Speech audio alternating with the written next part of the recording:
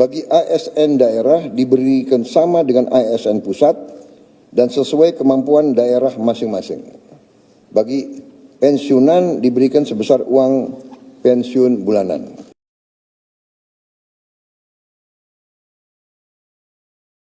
Tinggal landas siap untuk bangkit menjadi negara maju. Kita perlu untuk mempertahankan sistem yang sudah baik. Saya akan teruskan TNI dan Polri tetap berada langsung di bawah kendali Presiden untuk mempercepat reaksi dan memperpendek rentang kendali dan rentang komando.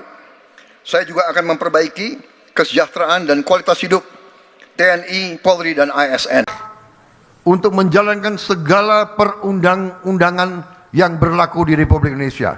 Benar? Saya tidak ragu-ragu, saya akan jalankan segala perundang-undangan di Indonesia.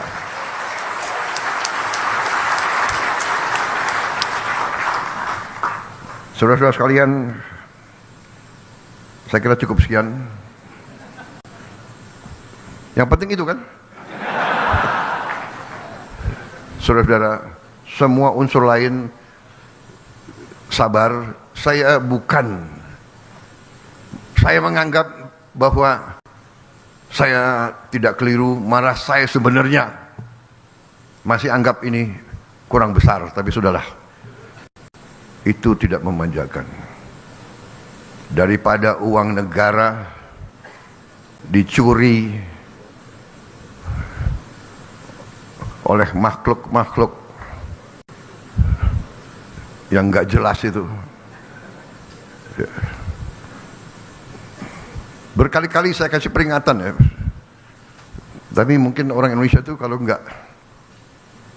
kalau dikasih peringatan itu masih nggak mempan. Tapi sebentar lagi dengan hakim-hakim yang kuat kita tegakkan hukum. Tegakkan hukum.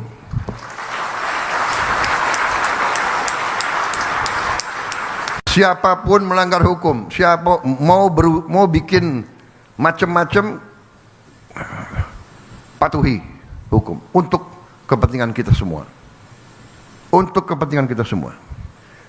Saya menjaga supaya orang tidak dipermalukan, tapi saya lihat banyak sekali mereka dikasih tanggung jawab oleh negara, menipu negara, bohong kepada atasan, mencuri uang rakyat, menganggap seenaknya. Tapi jangan khawatir, dengan yudikatif yang kuat, dengan penegak hukum yang kuat, saya percaya polisi akan bekerja dengan sebaik-baiknya. TNI mendukung, kejaksaan semua bekerja. Kita akan tertibkan negara ini.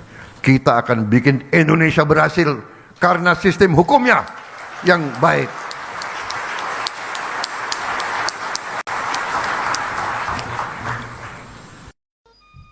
Baik, Bapak Ibu ASN dan juga pensiunan, telah tadi kita simak salah satu program kebijakan Presiden Prabowo Subianto ya untuk meningkatkan kesejahteraan bagi para aparatur sipil negara maupun juga para pensiunan.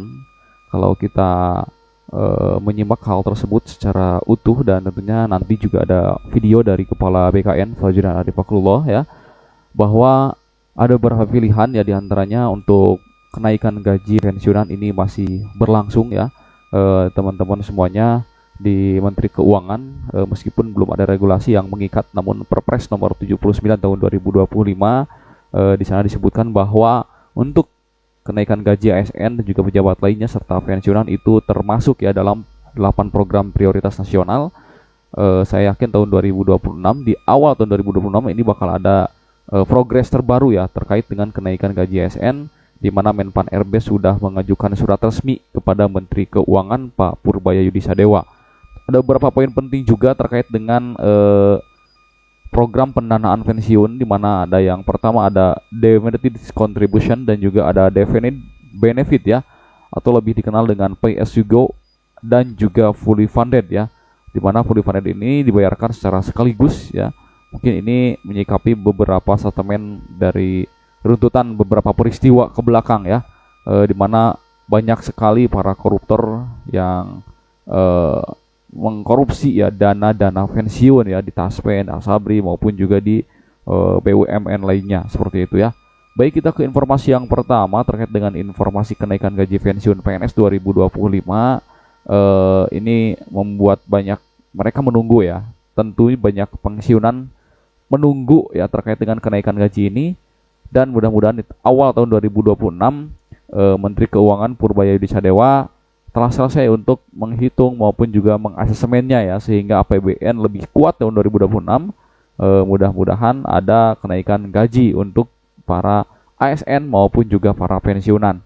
Sebelumnya Purbaya mengaku belum mendengar detail apapun ya terkait dengan rencana kenaikan gaji ya di beberapa minggu atau bulan yang lalu. Namun pada saat konferensi pers APBN kita bulan November 2025 kemarin, itu telah diterangkan langsung ya oleh Pak Sekjen ya, selaku Menteri Keuangan ya, bahwa suratnya sudah ada dari Menpan RB ya. Namun kalau kita lihat isu-isu tersebut karena ada dalam Perpres ya, Peraturan Presiden nomor 79 tahun 2025 yang ditandatangani langsung oleh Presiden Prabowo Subianto. Kenaikan gaji ASN dan pensiunan itu telah tertuang dalam rencana kebijakan, namun belum memiliki dasar hukum yang kuat. Jadi harus ada perpresnya ya, harus ada PP-nya nanti ya.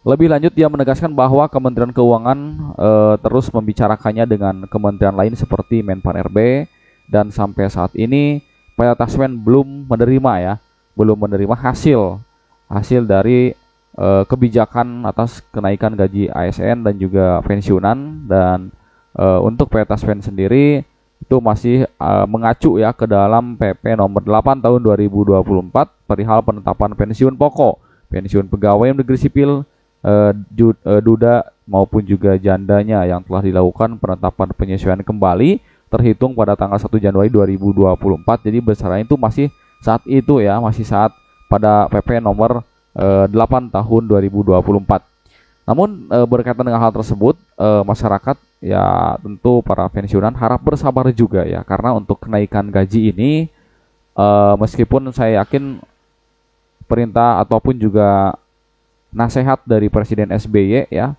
untuk menaikkan gaji setiap tahun ini harus dilakukan oleh pemerintahan Presiden Prabowo guna mempercepat daya beli masyarakat ya, untuk mempertumbuh ekonomi secara fiskal maupun juga nasional ya, karena memastikan ya ekonomi tumbuh 6% pada saat Presiden Pak SBY ya. Mudah-mudahan pada saat sekarang Presiden Prabowo sama ya dengan Presiden SBY menaikkan gaji ASN dan juga pensiunan itu tiap tahun seperti itu. Namun kita terus mengawal ya kebijakan atau regulasi ini ya. Teman-teman pensiunan harap bersabar juga ya. Kita sebagai media terus mengawal, dan tentunya kalau tidak dikawal ini akan lama ya. Oke, itu akan terus diangkat isu-isu ini, karena saya yakin Kementerian Keuangan dalam hal ini ingin mensejahterakan Bapak Ibu ASN dan juga pensiunan semuanya. Nah, terkait dengan hal itu, kita kesampingkan dulu untuk kenaikan gaji, di mana untuk reformasi sistem pensiun ASN ini ada beberapa mungkin untuk mengadaptasikan dengan zaman atau pola ya. Sistem pensiun ASN masih mengandalkan sistem lama, yaitu PSUGO yang dinilai kurang berkelanjutan. Nah, ini diungkapkan langsung oleh Prof. Judan menyoroti perlunya perbaikan regulasi, termasuk perubahan undang-undang dan peningkatan jumlah iuran pensiun dari 4% menjadi 10% agar nilai manfaat pensiun dapat meningkat. Nah, lantas bagaimana untuk meningkatkan iuran pensiun tersebut? Nah, caranya itu dengan sistem single salary ya. Desain dan tata kelola pensiun harus dipikirkan sejak awal, sejak ASN masih berstatus sebagai CPNS maupun juga PNS. Direktur Operasional PT Taspen, Pak Aryandi, mengungkapkan bahwa saat ini pensiunan ASN menerima manfaat pensiun antara 1,5 juta hingga 5,2 juta per bulan ya. Ya memang angka ini memang kalau tidak disekolahkan SK-nya ke bank seperti ya. Banyak sekali mungkin Bapak Ibu pensiunan juga yang mungkin sampai sekarang masih menyicil ya hutang ke bank ya, karena pinjaman mungkin yang cukup besar. Sementara itu, Dirjen Pensiun PNS dan Pejabat Negara BKN, Aidu Tauhid, menekankan pentingnya reformasi secara menyeluruh dalam sistem pensiun ASN yang mencakup peningkatan iuran dan perubahan skema pensiun sesuai dengan kemampuan kas negara. ASN harus tetap semangat bekerja, tapi juga melakukan perencanaan keuangan sejak dini. Penting juga untuk membangun circle pertemanan yang inspiratif agar tetap produktif di masa pensiun. Ya. Dan tentunya program Taspen Life, Mandiri Taspen ini harus tentu berkelanjutan ya, guna untuk mensejahterakan Bapak Ibu pensiunan semuanya. Nah, Kepala BKN berbicara ya terkait dengan pilihan bentuk program dan pendanaan pensiun, di mana yang pertama itu ada VSUGO yang pembiayaan pensiunnya itu langsung dari APBN yang sampai saat ini ya ini masih berlaku ya. Nah, untuk itu Kepala BKN Fajudan Arif Fakrullah memaparkan sistem pensiun dengan fully funded ini akan menjadi salah satu peningkatan kesejahteraan ya bagi para pensiun, di mana nantinya uang pensiun itu akan dapatkan lebih besar dan secara menyeluruh, dan tentunya itu bisa dibayarkan secara sekaligus. Jadi sesuai dengan keinginan para pensiunan semuanya. Nah, Kepala BKN yang juga menjabat sebagai Ketua Umum Korfri menyambutnya, beliau menegaskan bahwa komitmen Korfri untuk memperjuangkan sistem pensiun yang lebih adil dan sejahtera. Banyak pensiun yang terkejut karena dana pensiun yang diterima hanya 8% dari take home pay saat masih aktif bekerja. Oleh karena itu kami konsisten memperjuangkan single salary system dengan satu sistem gaji tunggal sebesar 15 juta rupiah misalkan ya, tanpa rincian tunjangan. Nah, dengan sistem ini pensiun nantinya akan menerima 75% dari gaji tunggal. Deputi Bidang Penyelenggaraan Layanan Manajemen ASN Pak Aris Windianto menyatakan bahwa reformasi sistem pensiun bukanlah hal yang baru. Ia juga menjelaskan bahwa usulan perubahan sistem pensiun itu telah diajukan sejak 20 tahun yang lalu ya teman-teman ya. Ini cukup banyak ya. Kami berupaya untuk membentuk lembaga dana pensiun untuk mengoptimalkan pengelolaan dana pensiun yang lebih transparan dan tentunya lebih akuntabel. Nah, di sini ada reformasi pensiun ya.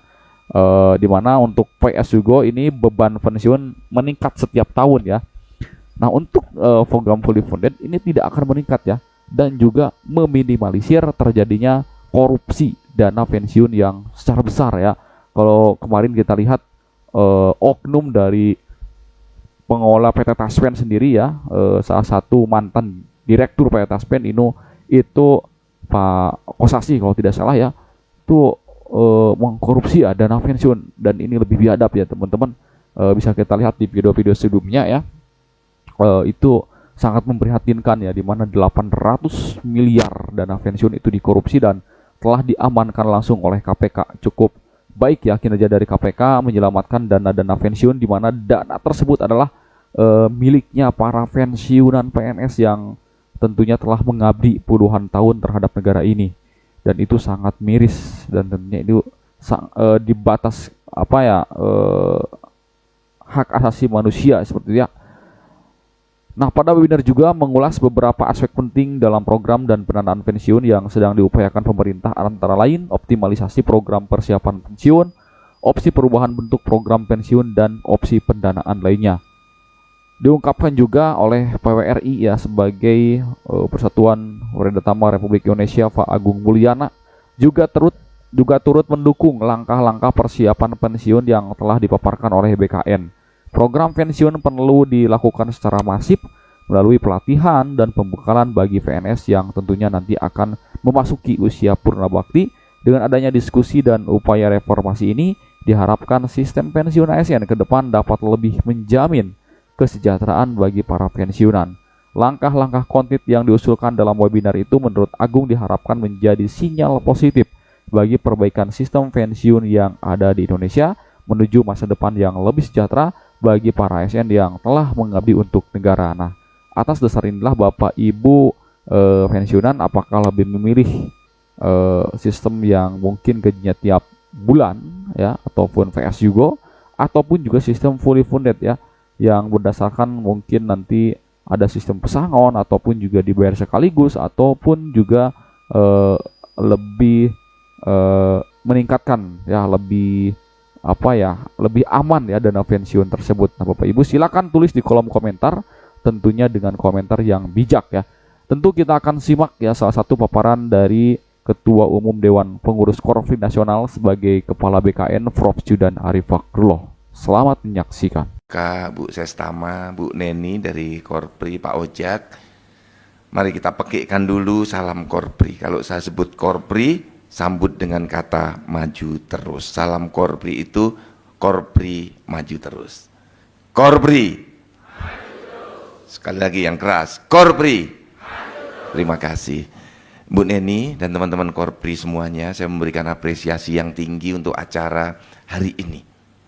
Tadi Pak Agung sudah menyampaikan banyak, kami dukung semua Pak Agung untuk perubahan undang-undang pensiun, undang-undang lansia, kemudian sekolah lansia, Korpri dan BKN mendukung penuh karena kita sadar semua anggota Korpri yang sehat pada masanya akan pensiun. Karena kalau nggak sehat bisa berhenti di tengah jalan, pensiun dipercepat. Ya. Nah kita berdoa, kita semuanya sehat walafiat, sehingga semua pensiun semua dan sejahtera bahagia sampai umur 100 tahun semuanya. Amin. Saya selalu berdoa, selalu bermimpi besar, dan teman-teman saya ajak juga selalu bermimpi besar, usianya panjang, manfaatnya panjang, kita berdoa panjang umur karena bisa berbuat lebih banyak kalau masih hidup. Dan kita harus meniru kepada orang-orang besar yang sudah meninggal dunia pun masih memberi manfaat. Contoh makam Bung Karno di Blitar menjadi tempat pariwisata, menghidupi orang banyak. Itu meninggal dunia tapi umurnya panjang.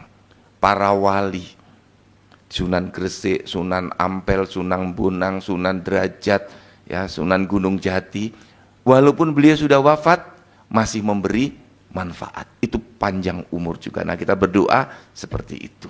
Secara fisik kita usianya panjang, secara rohani juga memberikan manfaat yang panjang. Jadi rekan-rekan semuanya, hari ini acara yang sangat bagus karena kita harus merancang bukan hanya saat pensiun, saat aktif pun sejahtera dan bahagia, saat pensiun juga bertambah sejahtera dan bahagia. Yang disampaikan Pak Agung benar. Jadi Bu Neni kita rancang, kita lanjutkan kajian sistem pensiun. Nanti sambil kita sampaikan kepada semua pimpinan kita, Bapak Presiden dan DPR, perubahan undang-undang pensiun. Dan kita dukung yang disampaikan Pak Agung tadi, undang-undang lansia. Karena semua masyarakat senior perlu dihormati. Ada affirmative policy yang melahirkan affirmative action. Yang namanya afirmatif adalah tindakan khusus sementara. Jadi polisinya juga bersifat khusus dan sementara. Khususnya untuk siapa? Para lansia. Sementaranya kapan? Saat melakukan layanan-layanan tertentu. Misalnya layanan kesehatan, layanan keuangan saat di bank misalnya. Berbagai negara sudah menerapkan affirmative policy yang melahirkan affirmative action. Jadi ada tindakan khusus sementara. Kalau orang mengatakan, Pak, apa itu enggak diskriminatif? Ya, diskriminatif but constructive policy. Orang menganggapnya diskriminatif, tapi itu konstruktif. Itulah yang disebut dengan teori afirmatif. Ini penting, rekan-rekan semuanya. Mengapa saya memberikan apresiasi kegiatan-kegiatan seperti ini? Karena kita harus merubah. Banyak hal yang harus kita persiapkan. Karena saya percaya, rekan-rekan, diam itu nyaman. Tapi diam tidak akan pernah menghasilkan perubahan. Dan saya juga yakin betul bahwa apa yang kita lakukan kalau kita menyerah itu mudah. Tapi dunia tidak pernah dihasilkan perubahan-perubahannya oleh orang-orang yang mudah menyerah. Jadi kita tidak boleh diam dan kita juga tidak boleh mudah menyerah. Baik kawan-kawan di BKN, kawan-kawan di Korpri, ayo kita terus bergerak. Terus nyalakan api semangat teman-teman semua. Walaupun kecil terus nyalakan. Saya tahu kadang-kadang teman-teman sudah lelah melangkah. tapi teruslah melangkah. Karena diam tidak menghasilkan perubahan. Lakukan langkah-langkah kecil, lakukan perubahan-perubahan yang terus-menerus, dan kuncinya adalah kita tidak boleh diam. Diam itu enak, diam itu nyaman, tapi perubahan tidak pernah dihasilkan oleh orang-orang yang berdiam. Kita melangkah, kita bergerak terus, bukan kita yakin bahwa kita akan berhasil atau kita akan sukses, belum tentu. Tapi yang kita yakin adalah kalau diam, perubahan tidak akan terjadi. Bergerak pun belum tentu terjadi perubahan itu, apalagi diam. Jadi rekan-rekan semua, sekecil apapun, mari kita di Korpri terus berupaya. Di BKN terus berupaya. Semangat kita kalau Korpri itu sebagai orang tuanya ASN. BKN sebagai bapaknya ASN. Maka kita harus bergerak terus untuk membuat ASN kita saat mulai masuk bekerja itu sudah merasakan kebahagiaan.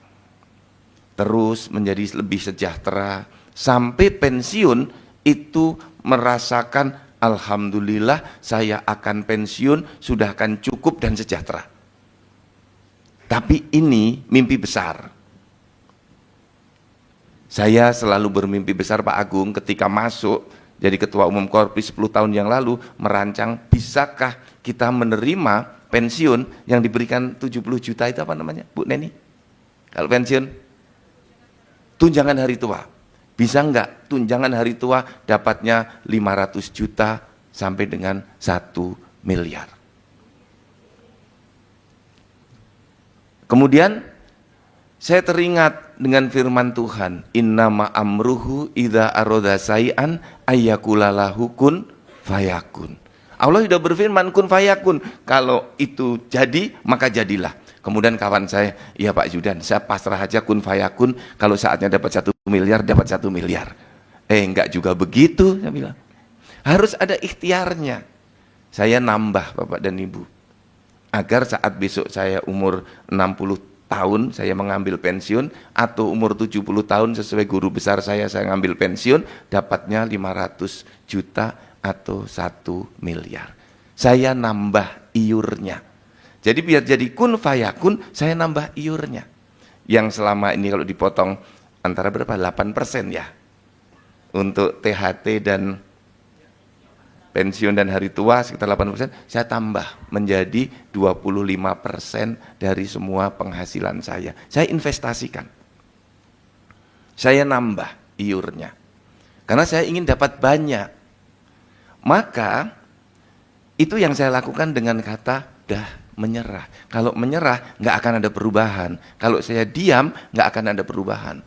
Belum tentu juga berhasil, tapi perubahan akan ada. Saya jamin besok THT saya lebih besar dari Pak Herman.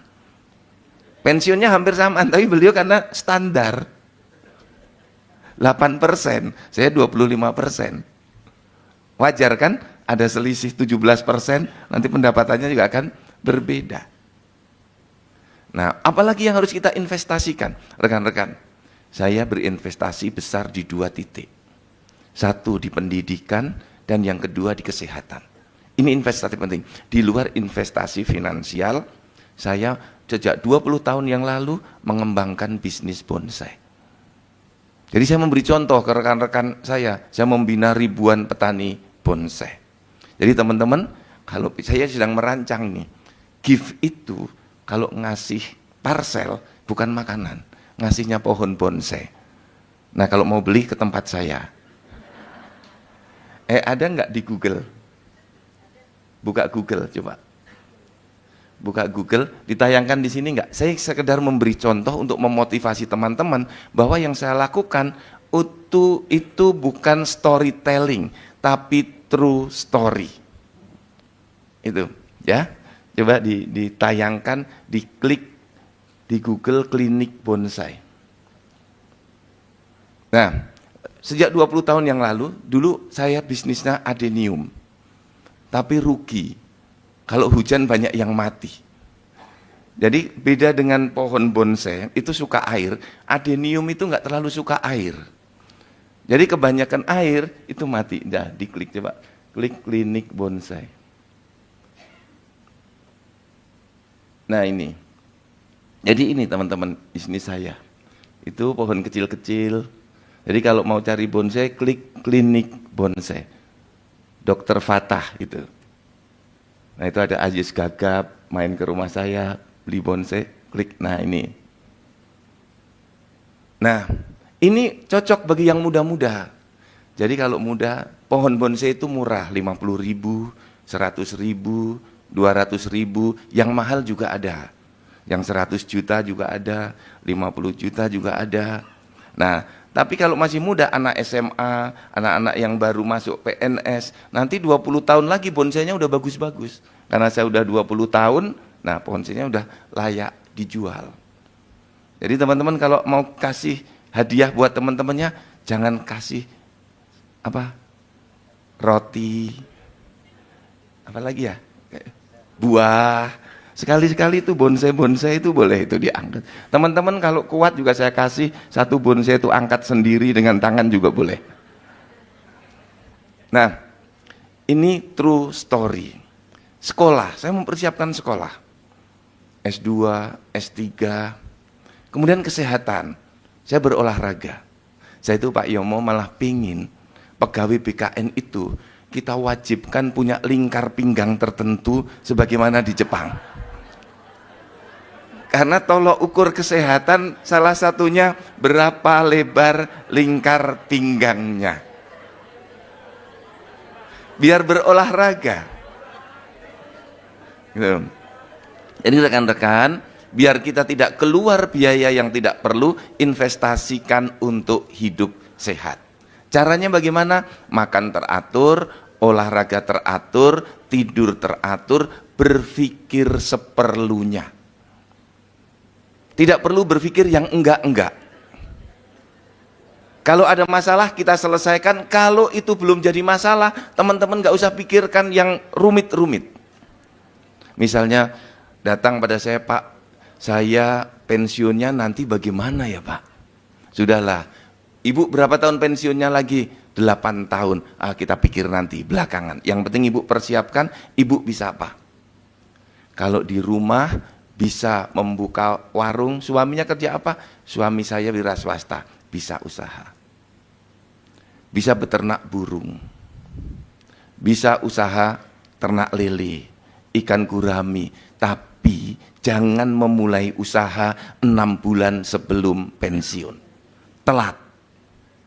Kenapa telat? Jaringannya sudah berkurang. Besok kalau rugi, uang buat nutup ruginya udah nggak ada. Karena pensiunnya sudah tinggal sedikit. Jadi kalau mau mulai usaha, kami di Korpri Pak Agung dengan kawan-kawan, pelatihannya itu 10 tahun sebelum pensiun, 5 tahun sebelum pensiun, sehingga jaringannya masih ada. Coba kalau saya bisnis bonsai 2 tahun sebelum pensiun, ya bonsainya belum jadilah. Orang bikin bonsai itu lama, kalau beli baru sudah harganya tinggi, margin keuntungannya akan sedikit. Kita margin keuntungannya banyak karena kita rawat terlebih dahulu. Jadi masih agak panjang usianya. Jadi sekali lagi rekan-rekan, Bu Neni terima kasih, rekan-rekan Bu BRI, Bu Sinta dan teman-teman terima kasih banyak. Ini langkah yang bagus. Sekali lagi, diam tidak akan menghasilkan perubahan. Dan dunia diubah oleh orang-orang yang tidak mudah menyerah. Oleh karena itu mari kita tidak boleh diam, terus bergerak, lakukan perubahan-perubahan dengan pikiran-pikiran dan tindakan-tindakan nyata. Pak, apakah pikiran bisa merubah sesuatu? Bisa, dengan edukasi-edukasi seperti ini. Jadi Bu Neni dengan Korpri teruslah mengedukasi, baik dengan Zoom atau dengan video-video pendek saja. Saat beliau mau bangkit atau mau berhasil, suruh cerita gagalnya juga. Kita harus belajar dari kegagalan-kegagalan sebelum sampai ke keberhasilannya. Karena anak-anak muda, rekan-rekan semua, ibu bapak, seringkali ke saya ngomong begini, Pak Zudan enak ya, dulu doktornya masih muda, profesornya masih muda. Gitu. Saya bilang, Dek, ketika saya dulu jadi dokter, sekolah dokter umur 26 tahun, teman-teman saya yang lain nongkrong, saya ke perpustakaan. Ketika teman-teman saya yang lain memeluk istrinya, saya memeluk buku dan komputer, nulis disertasi. Jadi, jangan dilihat orang itu saat berhasilnya, dia hanya tidak menceritakan susahnya. Dia sedang tidak menceritakan ketidaknyamanannya. Jadi, kalau mau berhasil, harus mampu merasakan tidak nyaman. Harus mau. Karena kalau ingin nyaman terus, diem, itu nyaman. Tapi tahu-tahu diabetesnya meningkat, tubuhnya melar. Karena nggak mau olahraga. Olahraga sering merasakan tidak nyaman, capek. Sekolah juga begitu. Tapi hasilnya akan berbeda. Semakin kuat merasakan tidak nyaman, maka pintu keberhasilan akan semakin besar.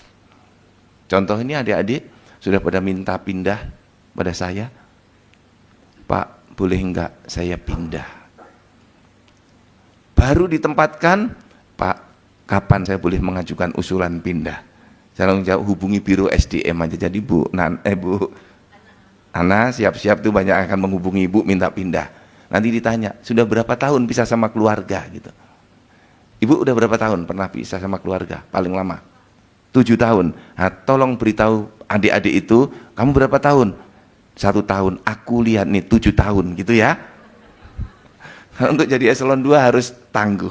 Itu rekan-rekan semuanya, saya apresiasi banyak acara ini. Dan untuk rekan-rekan yang ikut di ruang daring, mari kita sama-sama ikuti acara ini karena akan banyak sekali manfaatnya untuk membangun financial freedom.